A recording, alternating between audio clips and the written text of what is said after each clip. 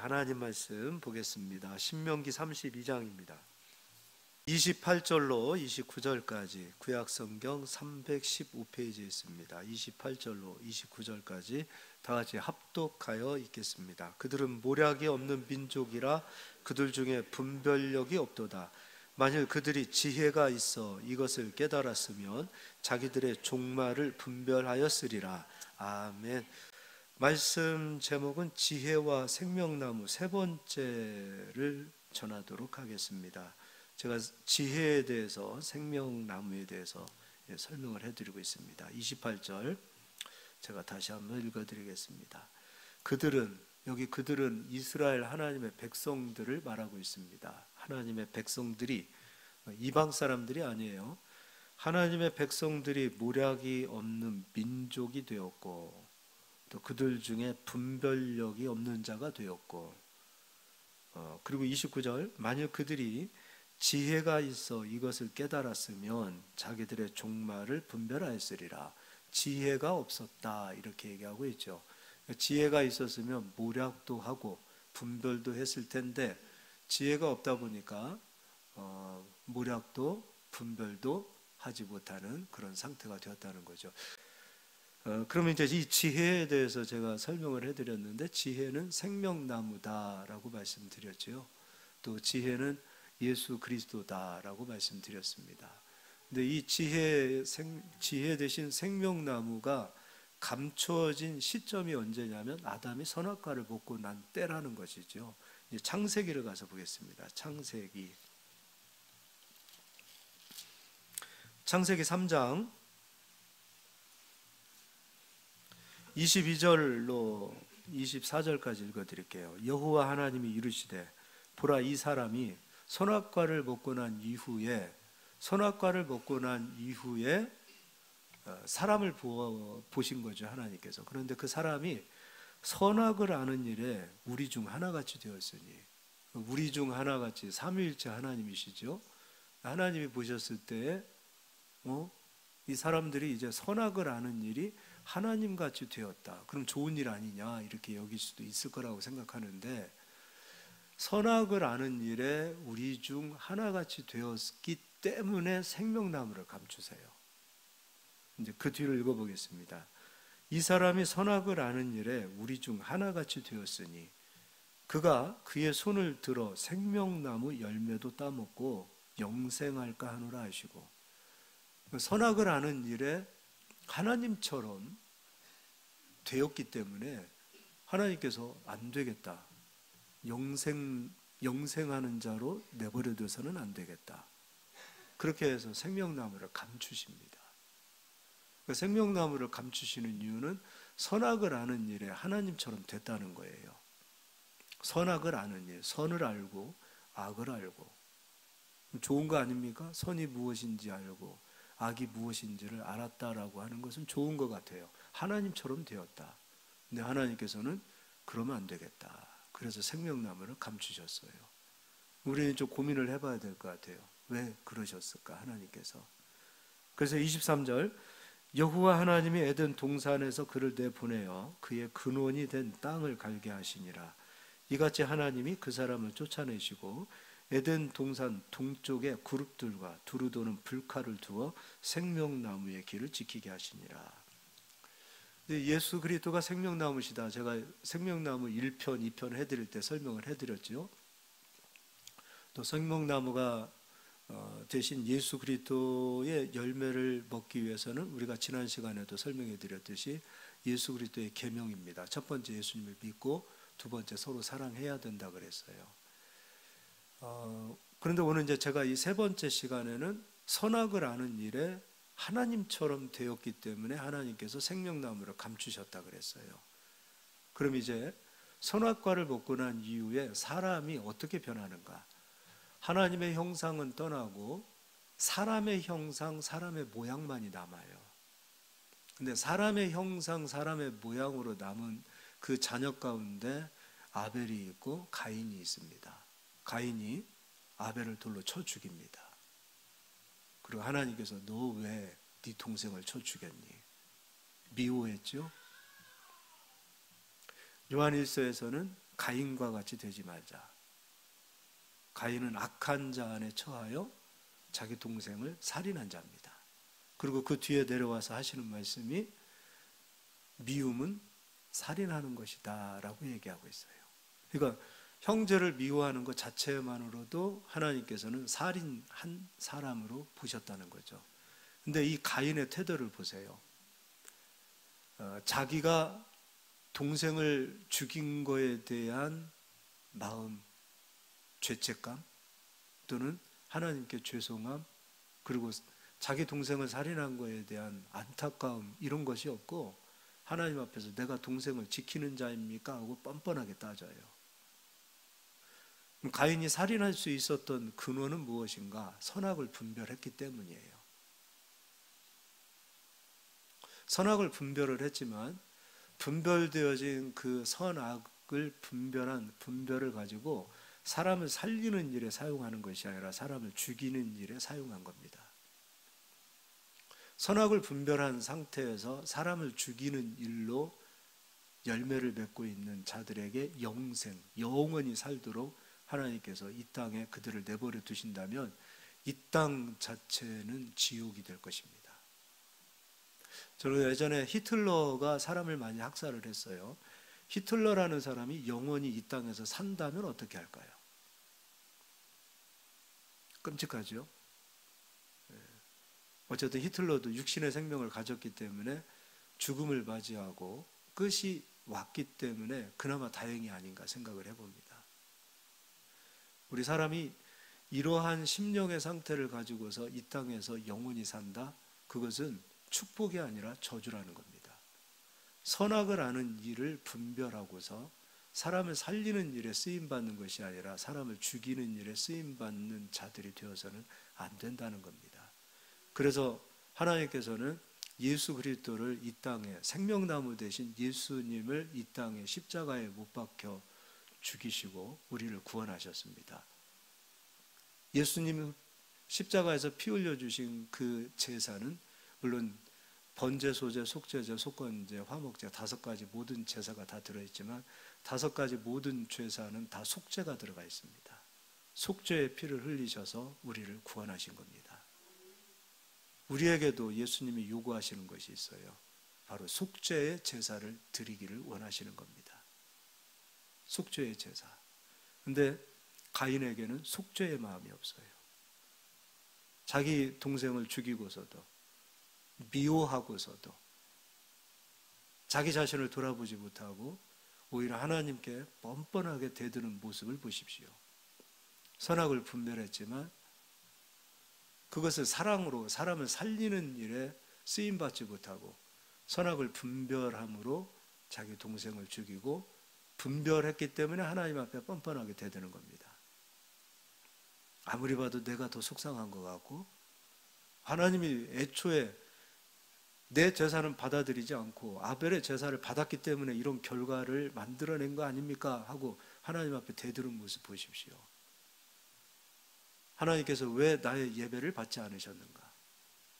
그것을 생각하지 못하고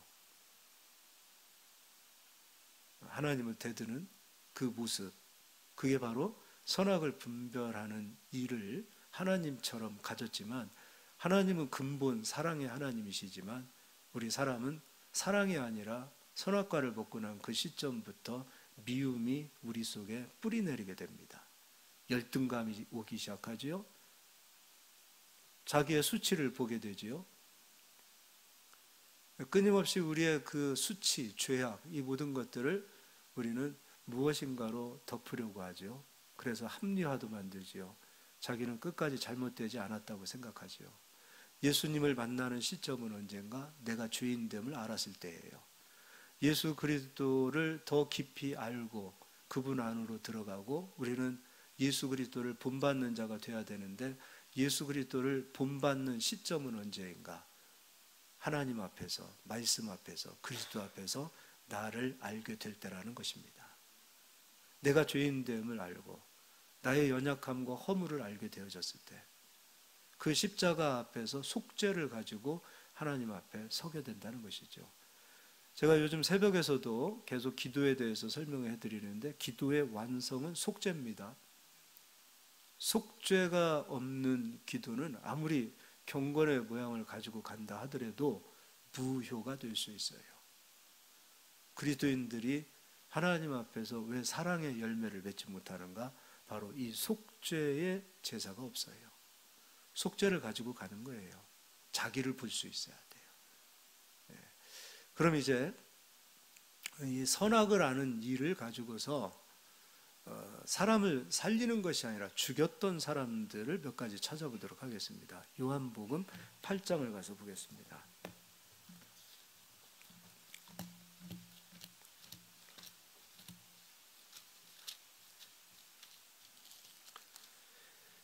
(8장) 3절 읽어드리겠습니다. 서기관들과 바리새인들이, 서기관 바리새인은 하나님의 말씀을 맡은 자들입니다. 하나님의 말씀을 맡은 자들이에요. 말씀을 맡아서 말씀을 분별하고 선악이 무엇인지를 판단할 수 있는 자들입니다. 선악을 가지고 판단할 수 있는 이들이 와서 했던 일은 무엇인가? 가늠하다가 현장에 붙잡힌 여인을 돌로 쳐 죽이자는 겁니다. 그런데 이것으로 예수님도 올무해 놓고 여인도 돌로 쳐 죽이고자 합니다. 이들이 분별을 못했을까요? 선악을 아는 일을 몰랐을까요? 이들에게서는 생명나무 대신 예수 그리스도는 또다시 감춰지게 되겠죠. 생명나무 대신 예수 그리스도는 누구에게도 감춰지는가? 이제 믿는 자들에게서 얘기하자고. 이제 안 믿는 사람들 얘기하지 말고, 믿는 자들에게 있어서 생명나무는 감춰지기도 하고 열리기도 합니다. 누구에게서 감춰지는가? 선악을 아는 일을 가지고서 사람을 죽이고자 하면 생명나무는 감춰집니다. 감춰져요. 이들에게는, 서기관과 바리새인들에게는 예수 그리스도는 감춰지겠죠. 그들이 와서 하는 얘기가 무엇인가요? 음행 중에 잡힌 여자를 끌고 와서 가운데 세우고 예수께 말하되, 선생이여, 이 여자가 가늠하다가 현장에 잡혔나이다. 모세는 율법에 이러한 여자를 돌로 치라 명하였거니와 선생은 어떻게 말하겠나이까? 율법을 알고 있죠. 선악을 아는 일을 하나님처럼 알고 있는 자들이에요. 근데 예수님, 당신은 어떻게 하겠습니까? 예수님은 이 여인을 살리지요. 생명나무 대신 예수님께서는 사람을 살립니다. 사람을 살리기 위해서 이 땅에 오신 겁니다. 근데 이 바리새인 서기관들은 죽이려고 합니다. 무엇으로 죽입니까? 율법을 가지고 죽입니다. 예수님은 6절에 5절 다시 한번 읽어드릴게요. 이 사람들이 어떻게 얘기하는가? 모세는 율법에 이러한 여자를 돌로 치라 명하였거니와 선생은 어떻게 말하겠나이까? 그들이 이렇게 말하면 고발할 조건을 얻고자 하여 예수를 시험함이러라. 예수께서 몸을 굽히자 손가락으로 땅에 쓰시니. 예수님은 생명나무 되시기 때문에 선악을 아는 일은 예수님에게 있어서는 그냥 예수님 자체는 선악을 아시는 분이세요. 그러나 그분은 사람을 죽이지 않으세요. 살리세요. 우리도 살기 위해서 예수님께 나왔고, 또 예수님께 부름받은 우리는 또한 세상을 살리기 위해서 예수님의 말씀에 붙들려서 사는 자들이 그리스도인입니다. 우리는 예수님처럼 세상을 살리는 사람들이에요. 살릴 때 생명나무는 계속해서 우리에게 열리고 생명나무는 우리에게 찾아오시지만, 살리지 못하고 죽이는 자리에 들어가게 되면 생명나무는 감춰집니다. 예수님을 본받지 못해요. 가인처럼 악한 성품, 마귀의 성품이 오히려 그들에게 열매로 나타납니다. 또 한 가지를 보도록 하겠습니다. 누가복음 18장입니다.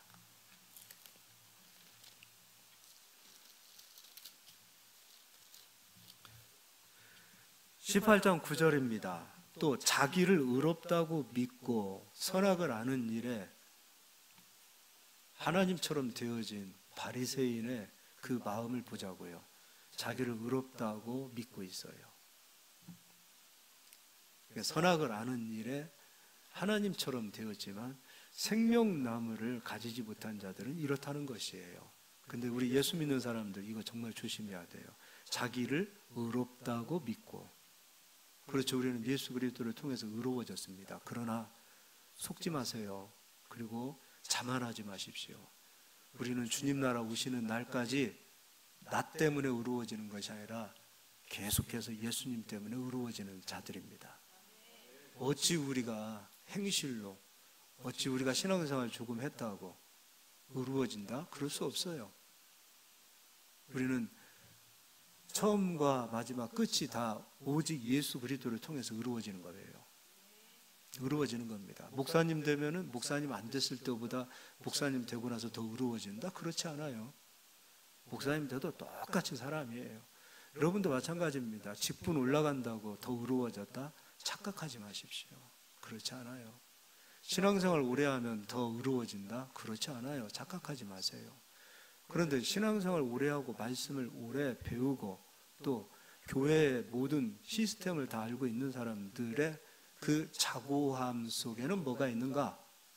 바로 판단은 했지만 자기를 의롭게 여기는 거예요.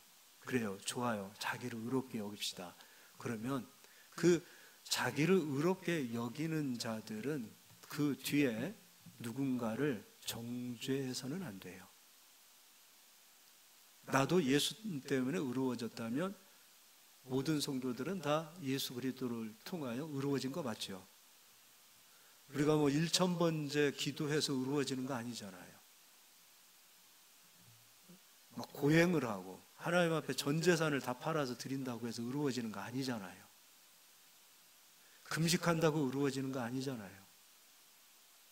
우리가 의로워질 수 있는 것은 아무것도 없어요. 완장이라는 것은 없어요. 오직 예수 그리스도의 그 보혈의 피의 옷을 입었기 때문에 의로워지는 거예요. 오늘 자기를 의롭다라고 믿었던 바리새인, 근데 그 사람은요 다른 사람을 멸시하고 있어요.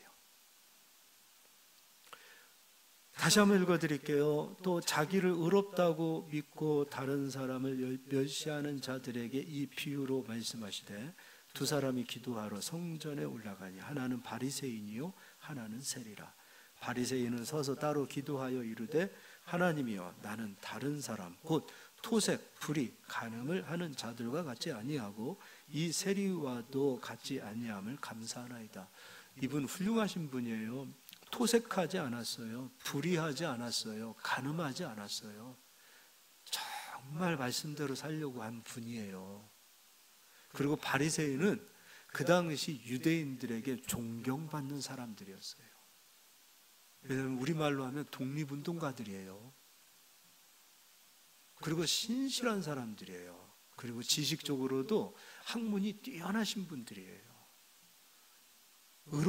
자기를 의롭다고 여길 만큼 훌륭하신 분들이에요. 그리고 자신들이 정해놓은 금식하는 자이고요. 율례와 규례를 목숨 걸고 지키는 사람들이에요. 근데 문제는 그 훌륭함에서 끝나는 것이 아니라 다른 사람과 비교했어요. 선악을 아는 일, 그거 비교한 거예요. 그럼 이 바리새인은 다른 사람을 살릴 수 있어요? 살릴 수 없어요. 그 선악을 아는 일을 가지고 살리는 일에 쓰임 받습니까? 죽이는 일에 쓰임 받습니까? 죽이는 일에 쓰임 받는 거죠. 그의 기도를 하나님께서 기쁘게 받아주시겠어요? 이런 사람의 기도를 하나님께서 기쁘게 받아주시겠냐 이거예요. 이 사람에게 빠진 게 뭐예요? 바로 속죄의 기도가 빠진 거예요. 또 얼마나 훌륭하냐면요. 나는 일에 2번씩 금식하고 또 소득의 11조를 드리나이다 하고 훌륭하신 분이죠. 그분이 행한 행위를 비판하는 게 아니에요. 정죄하는 게 아니에요. 그분이 한 행위는 너무도 아름다워요. 근데 이 바리새인이 가지고 있었던 기본적인 선악을 아는 그 판단을 가진 그 판단이 누군가와 자기를 비교를 했다는 거예요. 그래서 세리는 죽일 놈. 세리는 나와 겸상하기도 나쁜 놈, 이런 식으로 생각을 했겠죠. 자, 이제 우리 예수 믿는 사람들 얘기해 보겠습니다. 예수님을 만났을 때에 다 내가 죄인 되었을 때 나 같은 사람을 예수님이 십자가에서 피 흘려 주셨다라는 그 사실을 믿고 그것이 믿어져서 예수님을 나의 구주로 고백했을 거라고 봅니다. 그리고 믿는 자에게 하나님의 성령이 오셔서, 아마 성령이 우리 안에 오셨을 때 성령으로 인하여 울어보지 못하신 분을 한번 곰곰이 생각해 보세요. 나 구원 못 받은 사람일 수도 있어요. 처음부터 예수님 안 믿는 사람일 수도 있어요. 그냥 습관적으로 부모님이 교회 오니까 오고, 그냥 어쩔 수 없이 교회 오고, 그렇게 하다 보니까 내가 교회 생활에 익숙해서 교회 다니는 사람일 수도 있어요. 예수를 믿고 성령이 오시면 나의 죄인됨으로 인하여 반드시 내 심령이 쪼개집니다. 막 얼마나 통곡하고 우는지 몰라요. 통곡은 아니더라도 그런 나의 죄인됨, 이런 죄인을 위하여 점도 흠도 없으신 예수님이 나를 위하여 죽어주신 그 은혜와 그 사랑에 이 마음이 찢어지는 그 마음들을 성령이 부어주셨을 거라고 확신합니다. 그거 없는 분들은 한번 고민해 보세요. 나중에 열심히 신앙생활하고 천국 갈 거라고 생각했는데 알고 봤더니 나 예수님 안 믿는 사람일 수도 있어요. 지옥 갈 수도 있어요. 심각하게 고민하셔야 돼요. 그 부분에 대해서. 자, 우리는 그렇게 해서 예수님을 만났어요. 그리고 이제 교회 생활을 해요. 하나님의 말씀을 배워요. 제자 훈련도 하고 새가족 교육도 하고 목사님하고 말씀도 배워요. 바리새인처럼 지식이 쌓이기 시작해요. 근데 이제 그 뒤에 우리에게 있어서 선악을 아는 일, 기본적으로 인간이 선악을 아는 일, 판단하는 일이 기본적으로 우리에게 갖추어져 있는데, 거기에 이제 말씀은 능력이고 무기 아닙니까? 홍과 영과 관절과 골수를 찔러 쪼개지 않습니까? 그 말씀까지도 이제 갖췄어요.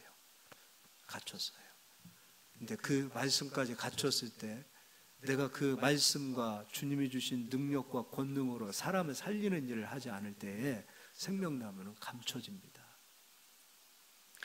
예수 믿는 사람들이 제일 7분응선, 8분응선 얘기하죠. 제일 못 넘는 게 뭔지 아세요? 제가 봤을 때 7분응선은 11조예요.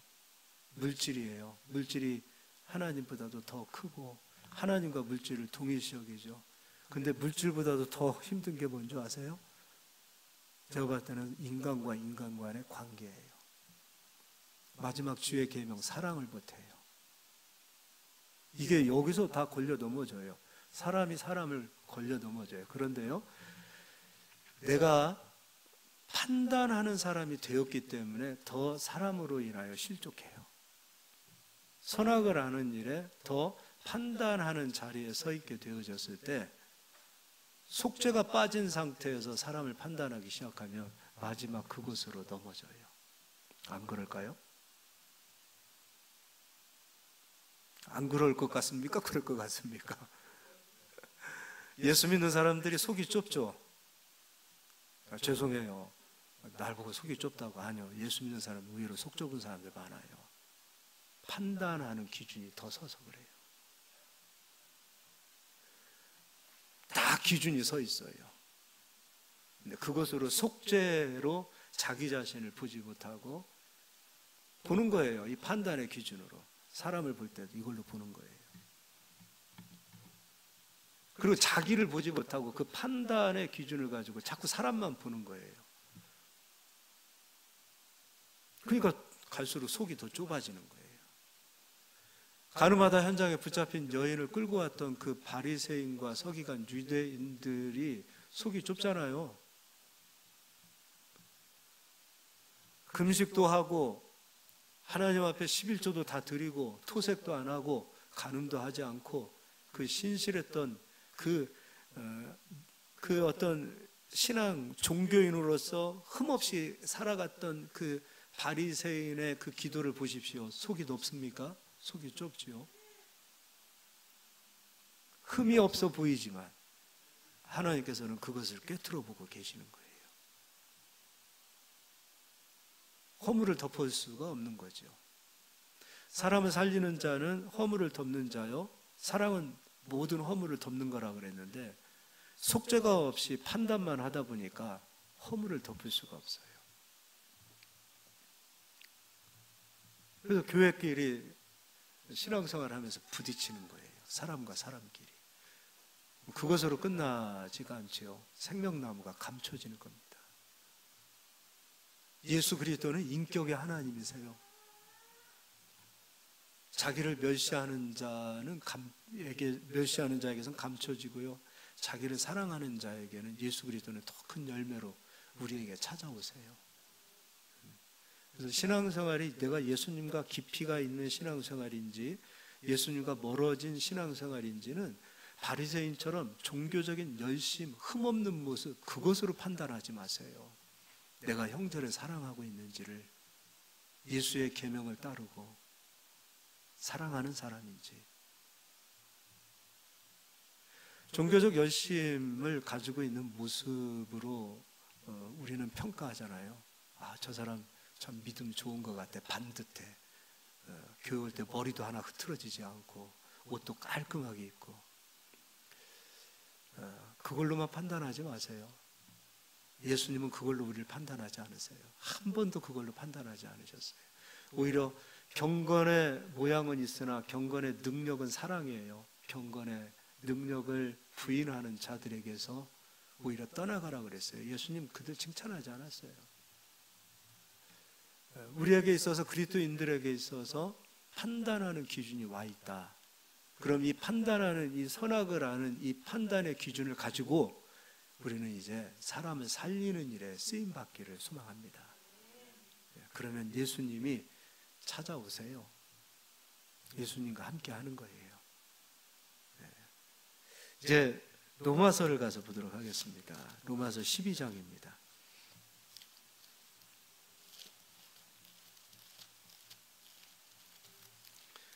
예수 믿는 사람들은 마음이 크고 넓어져야 되지 않겠어요? 그런 마음들이 있었으면 좋겠어요. 쪼잔하지 말고 하나님 위해서 물질 앞에서도 인색하거나 쪼잔하지 마시고 마음 넓게 좀 피고 사세요. 그럼 하나님께서 역사하세요. 그리고 사람과 사람 관계에서도 상처받지 마시고요. 오늘 아침에 이종복 집사님 제가 풀 뽑고 있는데 집사님 오셔서 같이 풀을 좀 뽑았거든요. 잡초를 뽑으면서 제가 그랬어요. 아이고, 성도님들이 잡초처럼 좀 자랐으면 좋겠다고. 내버려둬도 잘 자라요. 그냥 뿌리도 내리고. 근데 우리 예수님 믿는 사람들은 왜 이렇게 뿌리를 못 내리는지 모르겠어요. 말씀에 뿌리를 못 내려요. 깨닫지 못해서 뿌리 못 내리고. 가시밭, 가시가 많아서 뿌리를 못 내리고, 재물의 유혹, 말씀에 또 넘어져서 뿌리를 못 내리고, 사람 때문에 실족해서 뿌리 못 내리고, 목사님 때문에 삐져가지고 뿌리를 못 내리고, 성도들 때문에 삐져가지고 뿌리를 못 내리고, 뭐 정치하듯이 정치인들 우리가 많이 비판하잖아요. 보수는 진보 비판하고 진보는 보수 비판하고. 교회 생활이 그렇게 비판하는 거 아니잖아요. 아는 거는 기가 막히게 알죠. 뭐 교회는 이렇게 해야 된다, 교회는 이래야 된다, 알기는 기가 막히게 아는데 왜 우리는 우리 자신이 그 아는 자리에 못 들어가냐 이거예요. 뿌리 내리는 자가 돼야 돼요. 그래야 열매 맺어요. 자꾸 뿌리가 뽑히는 그런 사람들이 되어서는 안 돼요. 오늘 이 세 번째, 바로 분별과 판단하는 기준은 있어요. 남이 잘못된 거 잘 알아요. 지적도 해요. 저 사람이 다 서운하게 한 것도 너무도 잘 알아요. 자기가 하는 것은 왜 몰라요? 왜? 응? 그러니까 우리 예수 믿는 사람들이 뿌리를 내리지 못하고 오히려 저 잡초보다도 못한 그런 믿음을 가지고 있는 모습들로 된다면 어떻게 열매를 맺을 수 있겠습니까? 마음들을 넓게 맺으실 수 있길 바라요. 로마서 12장 14절입니다. 너희를 박해하는 자를, 14절부터 읽어드릴까요? 14절부터 너희를 박해하는 자를 축복하라. 축복하고 저주하지 말라. 박해하는 사람들도 축복하래요. 박해하는 사람들도 축복하는데 교회 안에 있는 성도님들도 축복하지 못하고 있으니 남 잘 되면 축복하고 기뻐하고 감사하고 그래야 되잖아요. 제가 성도님들을 칭찬을 못하겠어요. 제가 성도님들을 칭찬하시는 분들이 있으면 저분 좀 본받으라고 하는 거예요. 저 사람이 왜 저렇게 해서 하나님 앞에 복을 받는지 그걸 좀 본받으라고 성도들을 칭찬하는데 목사님은 저 사람만 이뻐하나 봐. 좀 그래서 아예 이제는 사람에 대해서도 좋은 얘기 해서는 안 되겠구나. 같은 성도님들이라도 나만 알고 있어야 되나 보구나. 저 우리 성도님들 믿음이 참 좋다라고 말 한마디 하면 그걸 왜 질투하세요? 저분이 어떤 믿음을 가졌지? 목사님이 왜 저런 사람들의 믿음을 칭찬하시지? 그걸 생각을 하셔야 되는데 그러지 못하고 우리 목사님이 저 사람만 더 이뻐하는 것 같아. 그래서 이제 함부로 성도님들도 여러분들 잘해도 잘 칭찬 안 할게요 이제. 목사님이 이제 칭찬 안 하시는 것도 좀 이해 좀 해주십시오. 잘 못할 때는 뭐라고 하겠습니다. 못하면 뭐라고 해야죠. 자, 17절입니다. 아무에게도 악을 악으로 갚지 말고 모든 사람 앞에서 선한 일을 도모하라. 악을 악으로 갚지 말고 모든 사람 앞에서 선한 일을 도모하라. 할 수 있거든 너희로서는 모든 사람과 더불어 화목하라. 이게 예수님이 말씀하시는 거예요. 모든 사람과 더불어 화목하라 라고 말하고 있어요. 그리고 19절에는 원수 갚는 것이 내게 있다. 원수 갚지 마. 네가 그 사람에 대해서 허물에 대해서 여기저기 떠들고 다니면 속은 시원할지 몰라도 하나님과는 또는 생명나무는 감춰지는 것이다 라는 것을 깨달으셨으면 좋겠어요. 세상에 다 내 마음에 맞는 사람이 어디 있어요.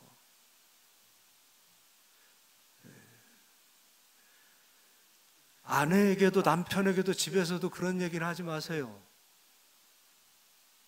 집에 가서 왜 남편에게 아내에게도 그 김집사가 어떻고 야 내가 밖에 나갔는데 거기 그런 얘기도 하지 마시고 왜 그렇게 집에서도 우리 예수님은 다 듣고 계시는데 그런 얘기도 하지 마시고요.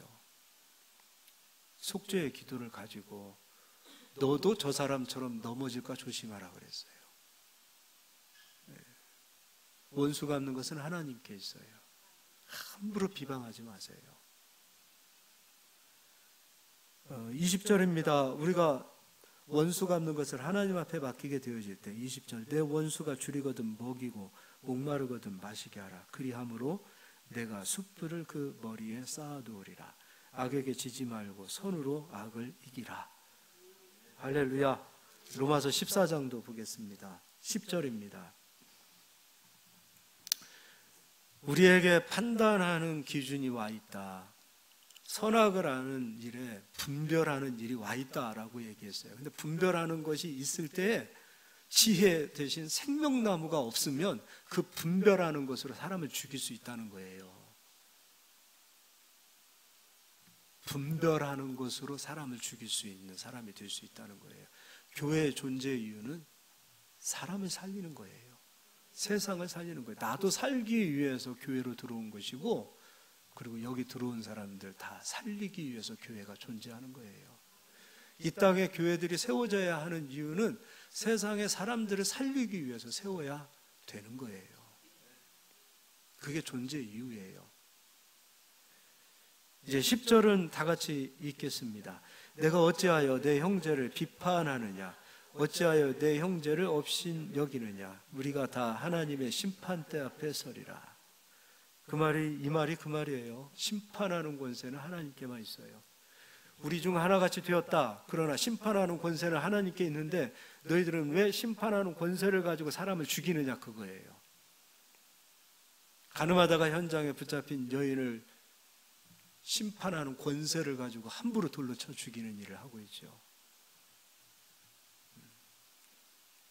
그 세리는 나하고 질이 다른 사람이기 때문에 그 세리와 따로 떨어져서 기도하고 있는 그 바리새인과 같은 그 모습들, 판단하는 기준이 없기 때문이 아니라 판단을 너무 잘하고 있다라는 거예요.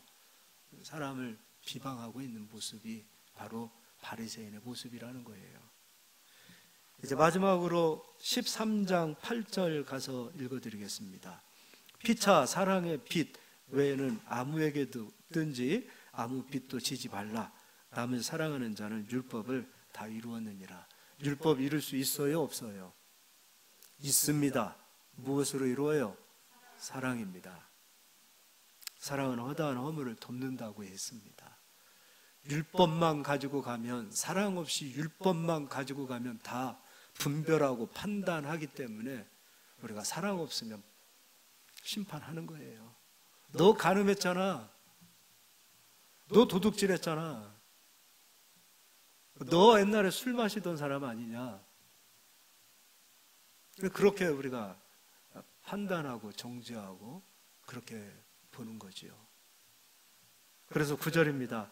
간음하지 말라, 살인하지 말라, 도둑질하지 말라, 탐내지 말라 한 것과 그 외에 다른 계명이 있을지라도 내 이웃을 내 자신과 같이 사랑하라 하신 그 말씀 가운데 다 들었느니라. 할렐루야. 우리 지방에 가야죠. 우리 교단에 총회장까지 하신 목사님이 한 분 계세요. 저는 그때 그 목사님이 하셨던 말씀, 아직도 그게 이해가, 그게 이제 마음에 깊이 새겨져 있어요. 지금은 이제 은퇴하신 목사님인데, 이분이 이제 저기 경기도 가면 여주 이천이라는 곳이 있어요. 거기 시골에서 목회를 하실 때입니다. 근데 젊은 분이 이제 시골에 갔는데, 그래도 성도님들이 많았던 교회예요. 작은 교회는 아니에요. 시골 교회가 폭폭하잖아요. 젊은 사람이 거기 가서 목회하려니 얼마나 답답하겠습니까? 너무 답답하니까 요즘은 그때보다 좀 그렇지만 그때는 새벽 예배도 명절에 다 한 거 아시죠? 옛날에는 이제 폭폭하죠. 목회도 그렇고. 그래서 이분이 교회에다 부흥회 간다고 거짓말을 한 거예요. 부흥회 간다고. 부흥회 간다고 거짓말하고 낚싯대를 가방에 메고 이제 낚시를 갔어요. 근데 어디를 갔냐면 여기 경부고속도로 가다 보면, 요즘은 경부고속도로 제가 많이 안 타서 모르겠는데, 대전에서 저쪽에 대전에서 이제 쭉 내려가다 보면 우측에 강이 있어요. 거기서 낚시를 하다가 이분이 출출해서 휴게소 올라가서 이제 우동이라도 한 그릇 먹어야 되겠다 생각하고 휴게소로 낚시복 차림에 이제 올라가서 우동을 한 그릇 딱 먹고 있는데 그 교회 권사님하고 눈이 딱 마주쳤어요. 근데 그 권사님, 교회도 실세가 있잖아요, 여러분. 그 권사님은 실세의 권사님이세요. 아마 그 3대째 내려오신 그 교회에, 할아버지가 그 교회를 세우신 그 정도의 실세 아닙니까? 근데 이제 권사님과 눈이 마주쳤어요. 아니, 목사님 부흥회 가신다면서요. 그러니까 뭔 할 말이 있겠어요. 지금 거짓말도 못하죠. 양복이라도 입었으면 그런갑다 하지만 지금 낚시복을 입고 모자 쓰고, 그리고 땀 삐질삐질 흘리면서 낚시하셨을 거 아니에요. 누가 봐도 낚시한 복장 아닙니까? 근데 그 권사님께서 목사님에게 목사님 나 못 봤어요 하고 가더라는 거예요. 근데 이 목사님은 돌아오셔서 낚시를 마치고 돌아오셔서 쫓겨나기 전에 사임해야 되겠다. 시끄럽기 전에. 그렇지 않아요? 목사님이 부흥회 간다고 거짓말하고 가서 거짓말. 그게 돌아보세요. 성도님들이 용납이 되겠어요? 얼마든지 말을 만들 수 있죠. 더 커질 수 있죠. 근데 한 번이지만 이 사람이 그렇잖아요. 한 번 걸리지만 그게 그 사람 한 번만 했겠어. 전에도 그랬을 거야. 그럴 거 아니에요. 그래서 짐을 싸고 나 목회 그만하고 그냥 택시나 몰아야 되겠다. 그때 그 목사님은 진짜 하신 말씀입니다. 할 수 있는 건 없고 택시나 몰아야 되겠다. 이제 그 생각하고 짐 싸러 딱 들어오셨는데 아닌 게 아니라 그 권사님께서 끝까지 함구하셨어요. 그럼 이 목사님이 더 삐뚤어졌는가? 그렇지 않아요. 그 권사님 때문에 일평생 빚진 마음 가지고 사는 거예요. 그리고 서울로 청빙받아서 가셔서 큰 교회에서 사역하시다가 총회장 되시고 아름답게 은퇴하셨어요. 만약에요, 그때 그 권사님이 함구하지 않고 남편에게 가서 임금님기는 당나귀 귀 해가지고서 어딘가 꼭 얘기를 해야 될 것 같아서 남편에게부터 얘기하고 당신만 알아. 또 친한 권사님한테 당신만 알아 이랬더라면 그 목사님은 택시, 지금도 아마 택시, 개인 택시 하고 계실 거예요. 개인 택시. 아직 돌아가시지는 않으셨으니까 아마 지금도 개인 택시 하고 계실 수도 있어요. 교회가 이거예요. 어찌 형제의 허물을, 어찌 누군가를 비방하는 일을 아무렇지도 않게 하시냐 이거예요. 사람이 어떻게 될지 몰라요. 내가 저 사람을 비방하는 일로 심판하면, 그렇죠, 심판하면 어떻게 될지 모르겠지만 허물을 덮었을 때 그 사람이 어떻게 됐을지도 모르는 일들이라는 거예요. 이게 교회 아니에요? 이런 게, 이게 율법의 완성 아니냐 이거예요. 율법을 가지고 많이 알고 판단하고 심판하고 정죄하고 비판하는 것으로 율법이 완성되는 것이 아니라 율법을 알기 때문에 사랑으로 허물을 덮을 때에 율법이 완성되어지는 거예요. 그리스도는 우리를 통해서 율법을 완성시키길 원하세요. 완성시켜진 성도들로 인하여 세상에서 맛보는 사랑을 교회에서 맛보기를 원해요. 근데 어찌 신천지보다도 교회에 사랑이 없다라는 소리를 들어야 합니까? 신천지는 똘똘 뭉쳐서 한 사람의 영혼을 막 뜨겁게 사랑하고 있는 그 전략을 가지고 그렇게 하고 있는 그 모습들.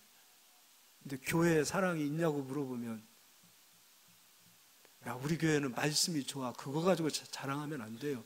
자랑할 것도 없지요. 우리 교회는 뭐 말씀이 좋아. 그러나 말씀이 좋아도 그 말씀이 율법의 완성을 이루는 사랑으로 끝나지 못하면 나중에 우리 다 하나님 앞에 서서 책망받아야 돼요. 다 우리 자백해야 돼요. 하나님 앞에서. 너 뭐 하다 왔냐? 내가 예수를 너에게 줘서 세상을 살리라고 너희를 세상에 세웠건만 살리지 않고 죽이고, 교회가 좀 모일만 하고 힘을 받을만 하면, 그래서 교회가 힘을 얻어야 하나님 나라도 더 크게 일할 수 있건만 조금 모일만 하면 삐지고, 누구 때문에? 이게 생명나무가 있는 사람들이냐고 할 수 있냐 이거예요. 작은 교회들이 얼마나 지금 힘듭니까? 왜 힘들어요? 다 이것 때문에 그런 거 아니에요. 몰라서 힘들어요. 바로 생명나무가 그리스도의 사랑의 율법의 완성이라는데 사랑이 없기 때문에 그러는 거예요. 다들 허물, 목사님 조금만 잘못하면, 사모님 조금만 잘못하면, 성도들 조금만 잘못하면 누구 때문에 삐지고, 누구 때문에 상처받았다 그러고, 누구 때문에 실족했다 그러고, 모이기를 패하는 이 마지막 때의 습관의 자리에 우리가 들어가면 안 됩니다. 교회는 세상에 흔들 수 없는 힘이 있는 곳이에요. 사랑의 단단한 끈으로 묶였을 때 힘이 있는 거예요. 사랑이 있어야 돼요. 사랑이 있어야 돼요. 생명나무 열매가 헛되지 않는 열매가 되시기를 예수의 이름으로 축원합니다. 제가 9절 10절을 다시 한번 읽어드리겠습니다. 간음하지 말라, 살인하지 말라, 도둑질하지 말라, 탐내지 말라. 한 것과 그 외에 다른 계명이 있을지라도 내 이웃을 내 자신과 같이 사랑하라 하신 그 말씀 가운데 다 들었느니라. 10절은 다 같이 읽겠습니다. 사랑은 이웃에게 악을 행하지 아니하나니 그러므로 사랑은 율법의 완성이다. 사랑은 율법의 완성입니다. 율법 완성될 수 있느냐? 완성됩니다. 우리를 부르신 이유는 율법을 완성하라고 부르신 겁니다. 사랑으로 율법을 완성하는 저희 부르신 교회 모든 성도들 되시기를 예수의 이름으로 축원합니다. 옆 사람 인사합시다. 사랑하며 삽시다. 이 시간에 우리